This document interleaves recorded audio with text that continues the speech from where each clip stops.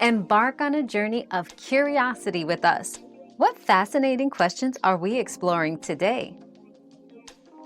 To use automation apps for forwarding messages, platforms such as IFTTT, If This Then That, or Zapier can be invaluable.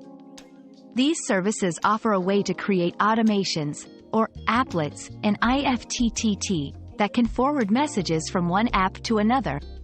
For example, you could set up an automation to forward emails to a Slack channel, or SMS messages to an email address.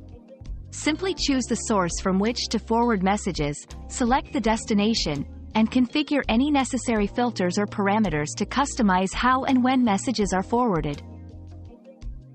Your daily dose of discovery ends here, but the journey of learning never stops. Subscribe and join us again for more answers tomorrow.